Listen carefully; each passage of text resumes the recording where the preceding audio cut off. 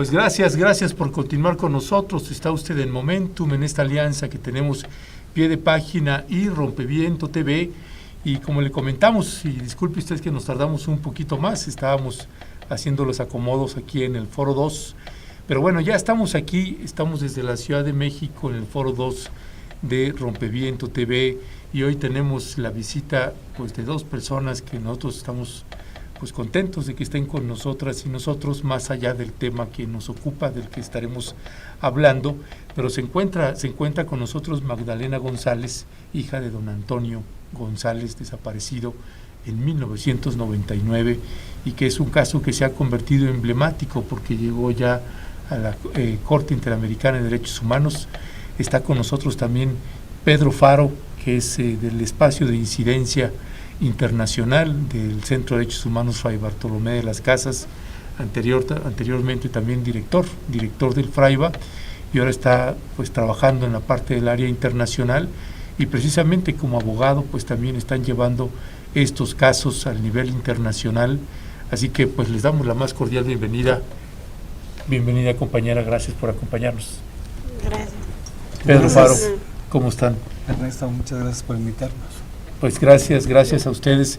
Pues Pedro, antes de entrar ahí en detalle, si pudieras contextualizarnos, ahorita queremos hablar con Magdalena a propósito de su caso, pero si pudieras contextualizarnos de qué trata el caso de don Antonio González, la dimensión al nivel no solo nacional, sino también al nivel internacional, qué es lo que el Centro de Derechos Humanos está apelando frente a la Corte, y conjuntamente con los familiares de don Antonio. Sí, muy bien, Ernesto. Pues mira, el caso de Antonio González es la desaparición de un base de apoyo del Ejército Zapatista de Liberación Nacional, pues en un contexto de guerra, del conflicto armado interno en Chiapas. Esto a partir del levantamiento zapatista en 1994, cuando pues el movimiento pues pone en la palestra nacional pues puntos muy nodales ante el escenario de invisibilización, discriminación, marginación que el Estado mexicano pues continuamente ha hecho hacia estos pueblos originarios, ¿no? Es en ese contexto que pues el Estado mexicano genera todo un plan de contrainsurgencia que nosotros lo hemos ubicado como el plan de campaña Chiapas 94, que esto es un documento que se filtró por parte, producido por la Sedena, por la Secretaría de Defensa Nacional, y que se filtró pues en el ámbito de su operación, ¿no? Nosotros venimos desde el 94, 95 documentando una serie de violaciones graves a los derechos humanos, ejecuciones extrajudiciales, desplazamientos, desapariciones, porque hay varias desapariciones, entre ellos desafortunadamente de don Antonio. Y bueno, en ese ámbito, pues lo que vimos a partir de este descubrimiento del plan de campaña Chiapas 94 es el corroborar los testimonios que fuimos documentando en todos estos años de contrainsurgencia, ¿no? Que en sí el enfoque era el exterminio hacia las bases zapatistas, quitarle el agua al pez, como se ha dicho, ¿no? En esta estrategia implementada pues por el ejército Mario Renán Castillo, que era uno de los operadores, el general que estaba al mando de toda esta operación, pues experto en contrainsurgencia, formado en la Escuela de las Américas, en toda esta lógica de la defensa de la seguridad nacional, todo que se implementó no solo en México, como sabemos, ¿no? Se implementó también en Guatemala, en El Salvador, en Nicaragua, en Uruguay y en Argentina, estas acciones de contrainsurgencia que desafortunadamente pues generaron crímenes de lesa humanidad. En ese contexto pues está la desaparición de don Antonio González Méndez. Él es originario de Sabanilla, y a partir de eso nosotros cuando recibimos el caso, lo que hicimos fue pues hacer las acciones en el sistema judicial pertinentes, que es impulsar la denuncia, meter un amparo. Lo que nos dimos cuenta en ese momento pues es que los recursos internos pues no daban para las desapariciones en estos contextos de guerra que se dieron en pues aquí en México, ¿no? Es ahí donde decidimos en el año de 2000, o sea, porque eso fue una situación muy pronta, o sea, en el 99 se da la desaparición. En el 99 se da la desaparición, el 18 de enero. En el 2000 metemos el caso ante la Comisión Interamericana y ahí pues se produce pues toda la cuestión que viene cuando accedes a estos sistemas interamericanos, pues todas las pruebas que nosotros contamos en ese momento, el contexto de guerra, la situación complicada que vivían las comunidades, y al final pues bueno, una de las cuestiones básicas que logramos probar y que la Comisión Interamericana pues asienta en su informe de fondo, que eso ya fue en el primero la admisibilidad, que fue en el 2007 que se admitió, y ya en el 2019 se da el informe de fondo, y ahí la Comisión Interamericana corrobora el contexto de contrainsurgencia. Dicho esto, también que pues anteriormente pues ya habían varios elementos que en su conjunto pues perfilaban pues la corroboración pues de todas estas acciones criminales por parte del Estado mexicano en esta acción contrainsurgente. Solo por mencionar, en el 98 hay un informe misma de la Comisión Interamericana de una visita in situ, en el terreno, y además ahí está el caso de la grandeza de Gilberto, que ahí también se corrobora el plan de campaña Chiapas 94. Entonces la Comisión Interamericana ya tenía varios elementos. El mismo caso Acteal, hay muchos casos y situaciones graves que en su conjunto pues conforman pues que sí hubo un plan donde el Estado mexicano financió, formó y protegió a grupos paramilitares que son los que actuaron en este territorio, junto con la Secretaría de la Defensa Nacional, con la policía, con los gobiernos municipales, el gobierno estatal y el gobierno federal, que generaron pues todos estos hechos de crímenes de lesa humanidad. O sea, donde está ahorita el caso, Pedro, es que ¿qué es lo que el Fraiba está solicitando ahí a la Corte que el gobierno tiene que aceptar o reconocer? Bueno, una, que no ha cumplido con el informe de fondo en las cuestiones más nodales, que es la cuestión de justicia, que es la búsqueda de Antonio, la investigación, una investigación exhaustiva donde permita dar también con los actores intelectuales que permitieron pues la desaparición de Antonio, y la otra, la corroboración total del contexto de contrainsurgencia, porque en el gobierno mexicano pues hay dobles discursos. Hay personajes como Encinas, que reconoció la situación, el licenciado Encinas, que reconoció... El subsecretario de Derechos Humanos de la Secretaría de Gobernación. Que ha reconocido pues la estrategia de contrainsurgencia implementada en la región, tanto en los Altos como en la zona norte, pero el gobierno no es monolítico, ¿no? Hay actores como Relaciones Exteriores que sigue en una posición negacionista, o los mismos presidentes, bueno, los funcionarios de Estado, donde niegan esta situación, que debería ser un hecho contundente y con una exigencia de una verdad total de lo que pasó en los años 90 y lo que los gobiernos de ese entonces pues generaron pues estos delitos y crímenes de lesa humanidad que siguen estando en impunidad. Ya. Gracias, Pedro. Ahorita tengo más preguntas ahí que hacerte al respecto. Magdalena, compañera, muy buenos días. Gracias por acompañarnos. Buenos días. Pues, Magdalena, ¿cuántos años tienes tú? Yo tengo 31. 31.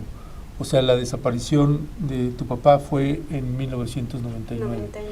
¿Cómo lo recuerdas? ¿Cómo lo vivieron? Déjame, vamos a regresar en el tiempo, perdón que te traiga a esos retornos, pues, pero ¿cómo vivieron ustedes esa situación de la desaparición de tu papá? Para mí fue muy duro porque yo tenía 6 años cuando mi papá desaparecieron, pero sí sufrimos mucho junto con mi madre porque éramos 4 hermanos. Mi mamá tuvo que trabajar, tuvo que dejarnos solos en la casa para poder traernos algo de comer. Nosotros pudimos, nos metimos en la escuela y a veces llegamos, a veces no llegamos porque no teníamos lápiz, cuadernos, porque antes no nos daban la beca. Ya cuando ya estaba en tercero o cuarto nos daban la beca, pero era muy poco, pero no nos alcanzaba para porque compramos maíz, compramos frijol, compramos algo de comer, despensas. Sufrimos mucho junto con mis hermanos. Me duele ver a mis hermanos que cuando cada rato decían que querían comer, pero mi mamá no podía hacer nada porque no tenía trabajo fijo. Perdona, tú tenías 6 años y tus otros hermanitos, ¿cuántos años tenían? Bueno, somos 4 hermanos.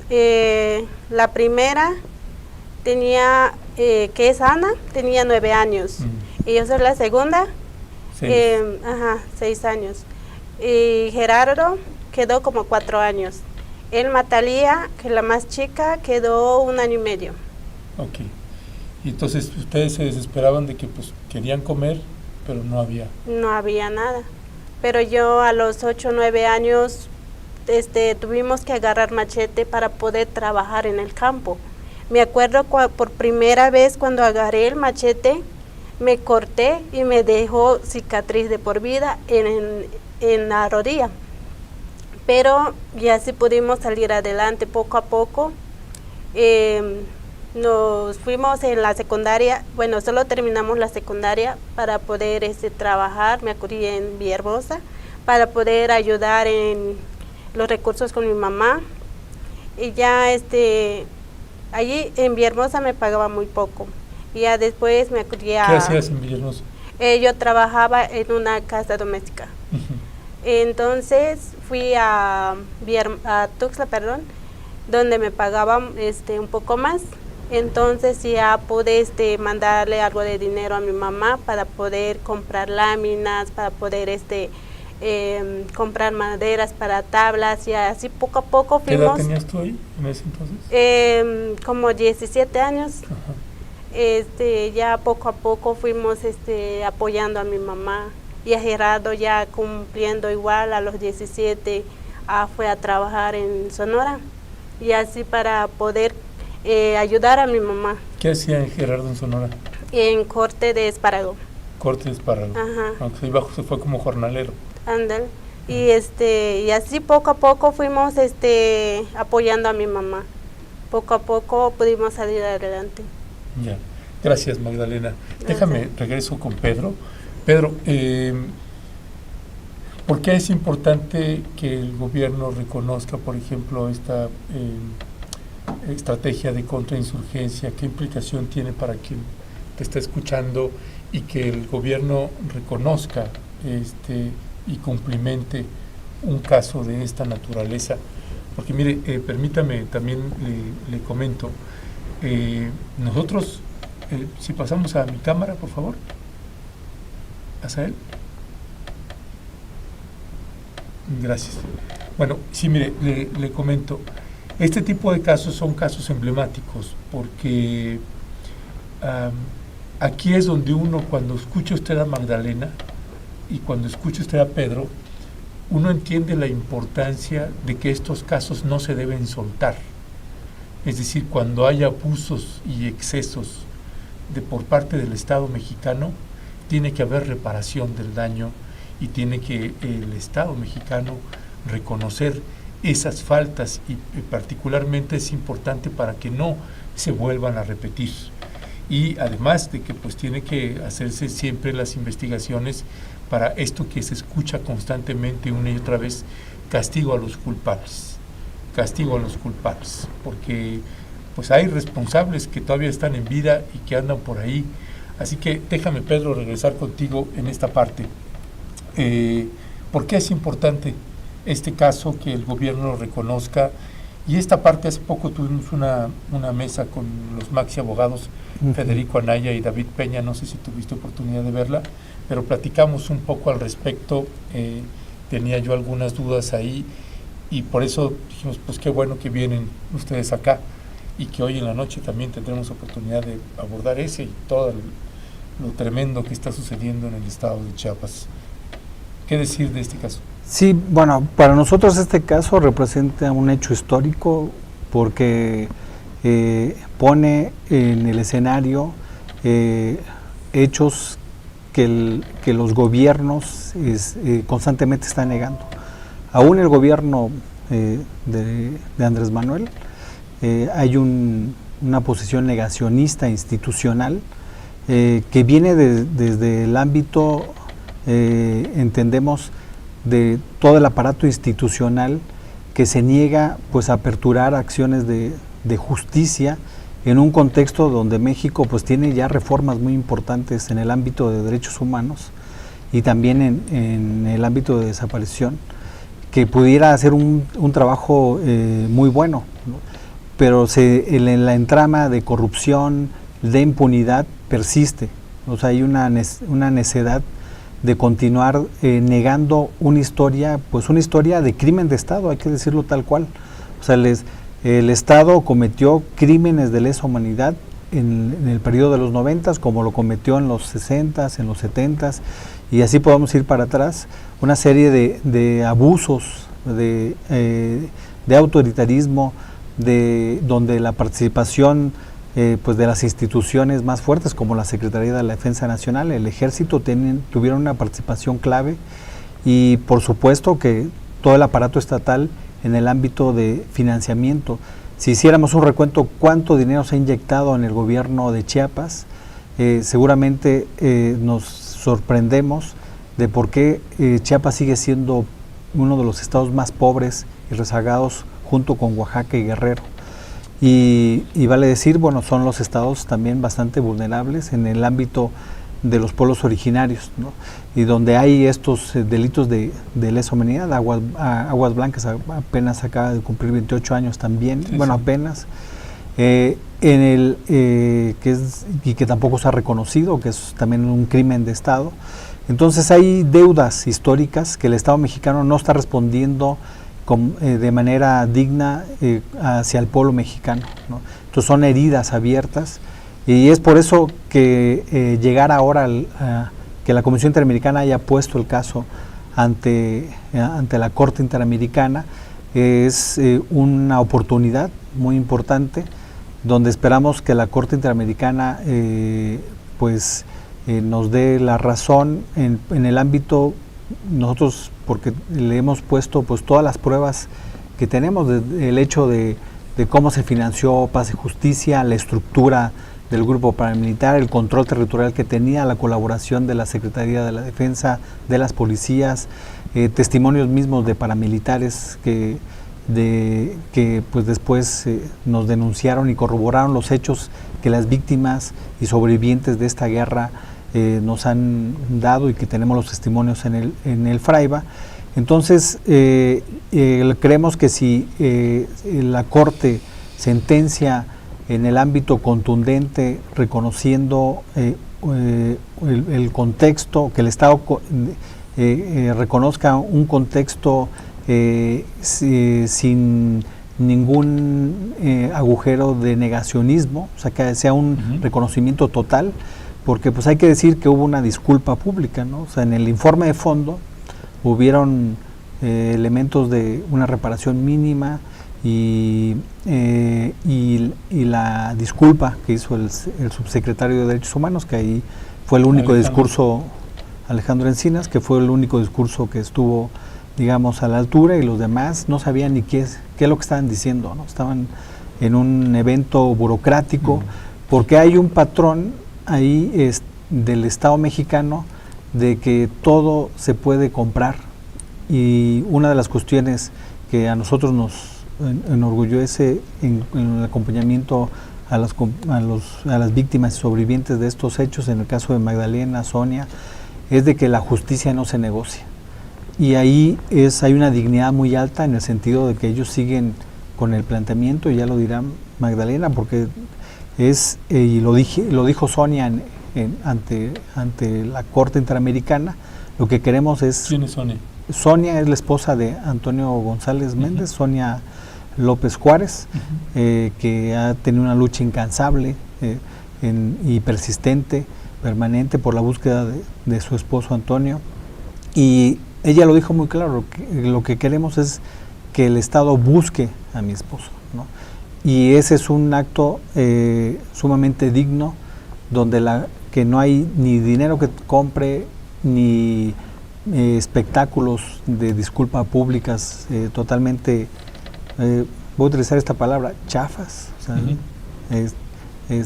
sea, sin que después, que pues igual Magdalena podría decir cómo se sintió en esa disculpa pública, pero fue un acto muy denigrante, ¿no? O sea, ya, vamos a platicar ahorita sobre eso con Magdalena, porque ahí también quisiera nada más para la audiencia que pueda tener claro que en esta administración, si pasamos a mi capa, gracias, que en esta administración el posicionamiento del subsecretario Encinas era distinto en este caso y en otros también que el que tenía el canciller Marcelo Ebrard.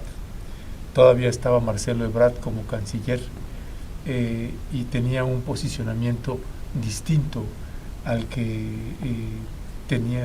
tiene el subsecretario Alejandro Encinas. Y nada más, antes de pasar con Magdalena, si pudieras precisar cuál era el posicionamiento que tenía la Cancillería cuando estaba Marcelo Ebrard, y a ver si ahora sí hay una nueva canciller, pues a ver si cambia esa postura por parte del Estado mexicano. Sí, es sumamente reduccionista en el sentido de que ellos admiten que sí se cometió la desaparición de persona, no como desaparición forzada, como es la que nosotros estamos también impulsando, que hay un reconocimiento como desaparición forzada. Es una desaparición donde ellos, dadas las circunstancias del momento y demás, no pudieron buscar a Antonio y las instituciones fallaron, ¿no? Pero ahí, más que fallaron, y se puede ver, o sea, a 24 años de la desaparición, el caso de Antonio González sigue en averiguación previa. O sea, esa es una cuestión que evidencia que no hubo ningún elemento de poder, de que la investigación avanzara y pudiera dar pues y pistas, líneas de investigación, nunca las hicieron, y más bien se quedaron en entrevistas. Hay un montón de entrevistas de Sonia en la averiguación previa, la esposa de Antonio, y eso marca pues la intencionalidad de que los casos se mantengan en impunidad.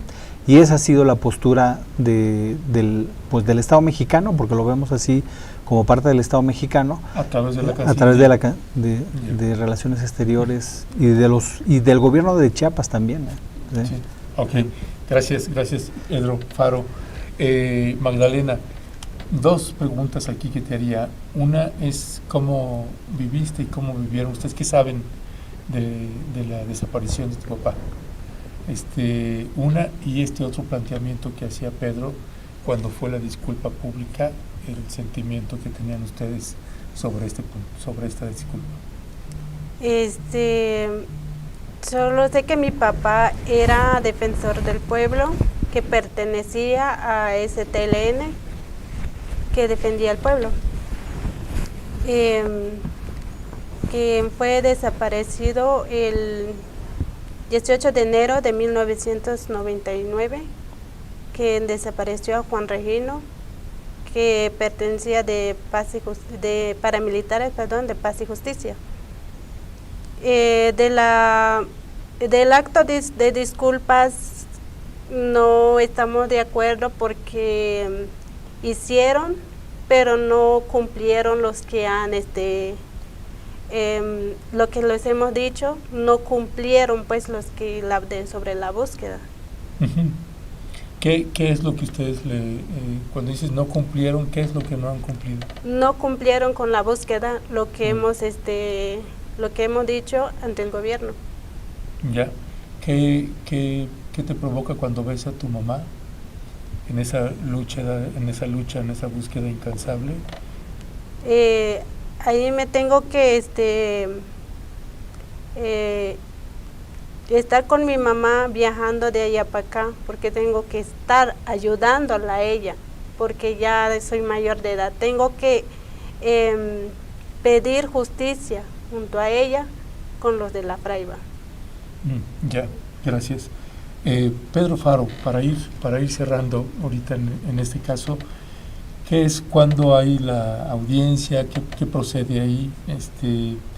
Ustedes también, algunos de nosotros nos habían invitado, nos habían solicitado ser testigos y finalmente se negó, en mi caso, la participación. No sé si se negaron algunas otras, pero si en mi caso se negó. ¿Y qué procede? ¿Qué sigue ahorita? ¿Cuándo? ¿Qué fechas tenemos? ¿Qué hay que esperar? ¿Qué decirle al gobierno mexicano sobre este caso? Sí, bueno, una de las cuestiones es que de lo que estamos impulsando es de que el Estado mexicano reconozca que cometió una desaparición forzada, ¿no? Que es la búsqueda, el reconocimiento de la desaparición forzada, el reconocimiento del contexto, la generación de una comisión de la verdad con una investigación sobre la situación de ese contexto que se vivían, en el sentido de que existen pues otros desaparecidos. Nosotros hemos documentado que hay 37 por lo menos desaparecidos, pueden haber más, 85 personas ejecutadas, ¿no? Más de 4.500 personas desplazadas solo en la zona norte, y hablando de la zona norte, es Sabanilla, Yajalón, Tumbalá, Salto de Agua, ¿no?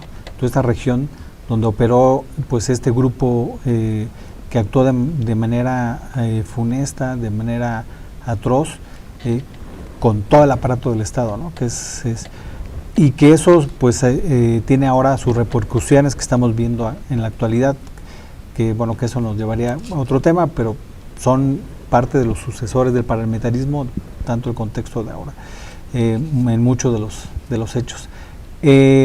Nosotros aportamos, ya se habían aportado muchas pruebas, ¿no? Desde la Comisión Interamericana, entonces quisimos aportar algunas pruebas que sobre todo testimoniales, que dieran cuenta pues de que el caso de desaparición de Antonio González no era un hecho aislado, sino que venía de un contexto de esta contrainsurgencia que hablamos, ¿no? de crímenes de lesa humanidad. Entonces te pedimos a ti, ¿no? Que accedieras, a Germán Bellihausen, y un peritaje psicosocial que hizo la compañera Clemencia Correa y que esto en dos sentidos. Uno es el testimonio puntual de quienes estuvieron ahí, vieron, estuvieron también denunciando las circunstancias y los hechos, que conocen el terreno, que caminaron pues las montañas y demás. Y también pues lo que nos está platicando ahora Magdalena, ¿no? Todos los impactos, ella que quedó muy chica a los 6 años, todos los impactos psicosociales que esto conlleva, y que pues en las medidas de reparación pues no han tenido atención psicológica, pues todo es equiparable a la tortura, ¿no?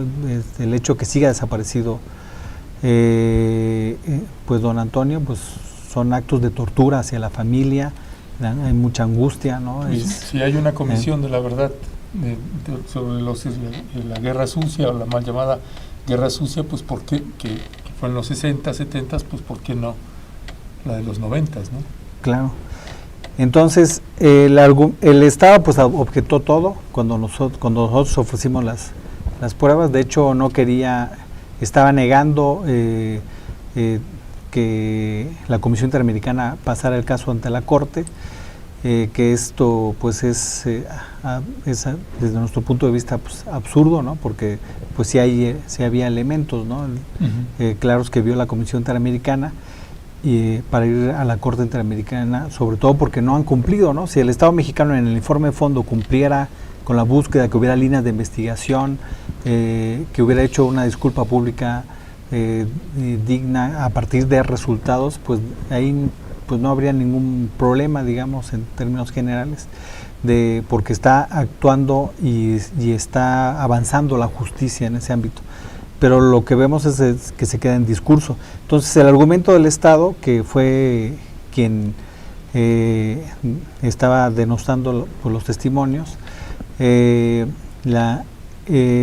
el caso pues de específicamente tuyo, pues se quedaron en un ámbito de que pues era que estaba pervertida la información, porque pues tú por tu misma formación y demás, todos los elementos que podrías tú dar, pues ya estaban como una construcción teórica con respecto a la circunstancia, y que eso pues no ayudaría a evidenciar el contexto, lo cual pues estamos no de acuerdo, pero bueno, ahí la Corte avaló esa excepción.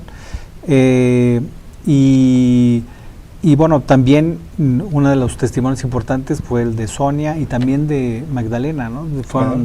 Fueron declaraciones juradas que pues acuerpan pues lo que ya hemos sustentado ante la Comisión Interamericana, pues todo este ámbito pues de estos hechos, que el Estado mexicano pues persiste en un negacionismo institucional, que es lo que queremos que se desmonte, ¿no? O sea, que la verdad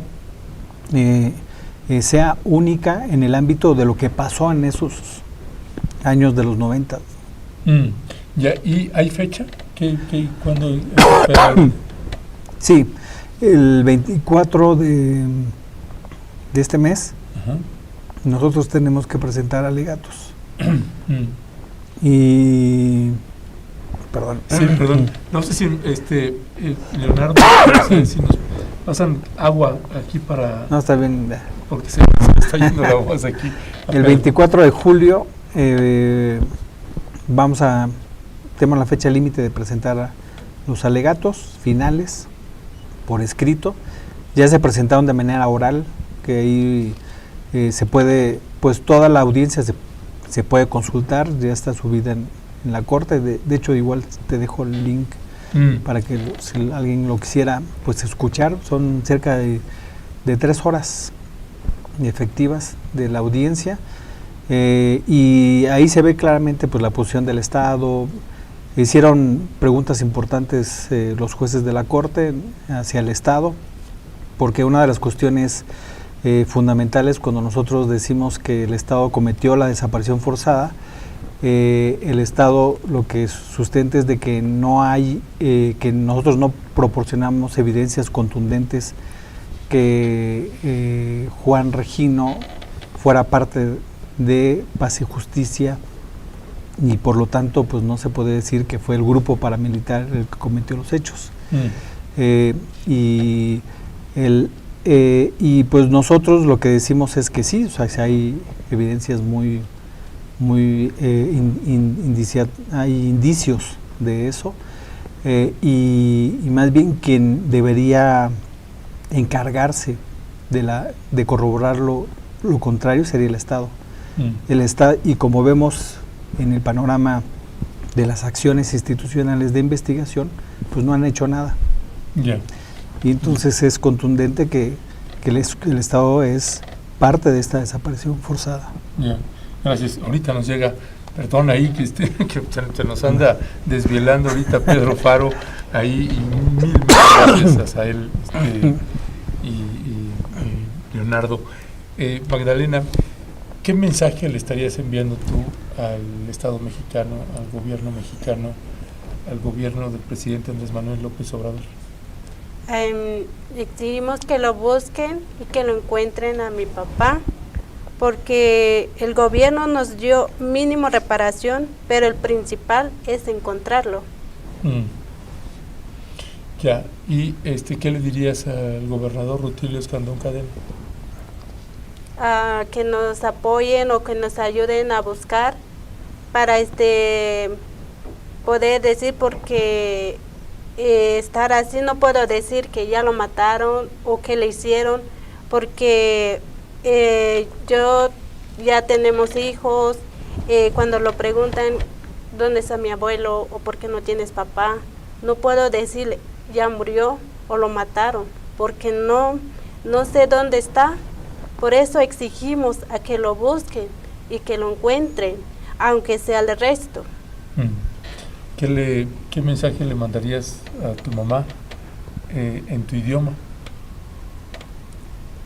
¿Tú hablas chol o celtal? Chol. Sí, disculpas, yo no hablo 100% español, sí, pues, hablo chol. Pues yo no hablo chol, por ejemplo, ¿no? Yo quisiera, como tú, ser bilingüe en ese sentido. Ajá. ¿Qué mensaje le mandarías a tu mamá? ¿En chol? ¿En chol? Si quieres para que año lago y la justicia, animar para que no te sientas sola. Baje año la la junto libra y baba y que las cotintiel. Yo sé que hay muchas personas que piensan que baño la viaje que yo que chanak voy a divertir, pero no. Ellos que exigen la justicia, chamictia la gente, tabo satima chebahin papá porque tachela sufrir, tachawilu wokol hatet bache y coli yonon bache loco yonon te adelante. ¿Y al presidente López Obrador en chol también? Mi la de exigir el gobierno chami y ciclaño chan que aquí y chan de aceptar responsabilidad chami ciclaño y papá chan mele kul que o mi suben calovilo lon calovilo nietos de Hini Antonio que chan baquian o tasaji o baquia cachaño lo que comba que muk y yo que ni gobierno, ya que se claneó que muquitiajo, aunque sea el resto. Muchas gracias, Magdalena. Déjeme nada más para despedir, leer algunos de los comentarios que tenemos. Dice Frida B., Chiapas está en una escalada de violencia hacia los pueblos originarios. La violencia no inició en este gobierno, tiene décadas. Carmina Hernández Covarrubias, por eso no creo ya en la 4T, no hay justicia, sí mucha necesidad. Nora Brie, la violencia es el recurso de los poderosos para el control territorial y poblacional. Lo de Chiapas es gravísimo porque además agreden a poblaciones indígenas y gente allegada al EZLN. Carmina Hernández Covarrubias, Encinas es el único que se salva. Perdón, dice el de la mugre 4T, perdón, pero es que esto enoja. Eva Ramírez, lo más preocupante de la situación de Chiapas es la omisión de los 3 niveles de gobierno. Una pena que AMLO no muestre el más mínimo interés en la solución. Irma Ilsi Vázquez Cárdenas, gracias Magdalena por tu valor, por hablar por tu familia frente a la desaparición forzada de tu papá, Antonio González. Frida B., gracias Pedro y Magdalena por el testimonio y el trabajo realizado en esta zona tan conflictiva. Pues Magdalena y Pedro Faro, muchísimas gracias, un gusto tenerlos por acá. Gracias. Pues muchas gracias por el espacio. Gracias a ustedes, Pedro. Y bueno, con esto despedimos, le invitamos, con eso cerramos la emisión de Momentum y le invitamos hoy a las 7:30 de la noche, tenemos la presentación del informe del Centro de Derechos Humanos Fray Bartolomé de las Casas. Este informe, Chiapas, un desastre, y que pues llevamos años en este espacio noticioso, en Rompeviento TV, en Momentum, también las compañeras y compañeros de Pie de Página, pues llevamos años denunciando lo que pasa en el territorio indígena de Chiapas y ahora también en el no indígena, también prácticamente en toda la entidad federativa de Chiapas, una violencia que se ha exacerbado. Así que un informe muy especial, y viene precisamente la directora del FRAIBA, Dora Roblero, viene a presentar el informe conjuntamente con Pedro Faro y con Víctor Hugo López, que también es exdirector del FRAIBA y ahora es el secretario técnico de la red Todos los Derechos para Todos. Así que hoy tendrá la oportunidad de platicar con ellas y con ellos. Espero que también estará Magdalena, la compañera Magdalena, acompañándonos también, y pues que usted tiene usted la oportunidad de hablar directamente con gente que trabaja en campo, que hace investigación documental, que hace investigación de campo, que anda ahí enlodándose día y noche, haciendo el trabajo, levantando los testimonios y no nada más desde un escritorio. Así que es una oportunidad imperdible que vale muchísimo la pena hoy en el Tierra Adentro, Milán número 22 en la Colonia Juárez. Por nuestra parte, eso es todo. A nombre de Pie de Página, a nombre de Rompeviento TV, le agradecemos que nos haya acompañado en esta emisión especial de Momentum que tuvimos el día de hoy, y nos vemos hoy a las 7:30 de la noche con las compañeras y los compañeros del FRAIBA, varios invitados. Ya también nos avisaron que ya pidieron permiso también Televisa y otros medios, la agencia P y varios medios nos han pedido también espacio para estar precisamente cubriendo la presentación de este informe. Así que le invitamos que nos acompañe. Si no puede por su geografía o por cuestiones laborales o personales, le recordamos que vamos a hacer la transmisión también en vivo a través de nuestra página web www.rompeviento.tv, a través de nuestra página de YouTube Rompeviento TV, a través de Facebook también estaremos haciendo la transmisión. Así que le invitamos a través de cualquiera de nuestras redes. Gracias todas, gracias siempre.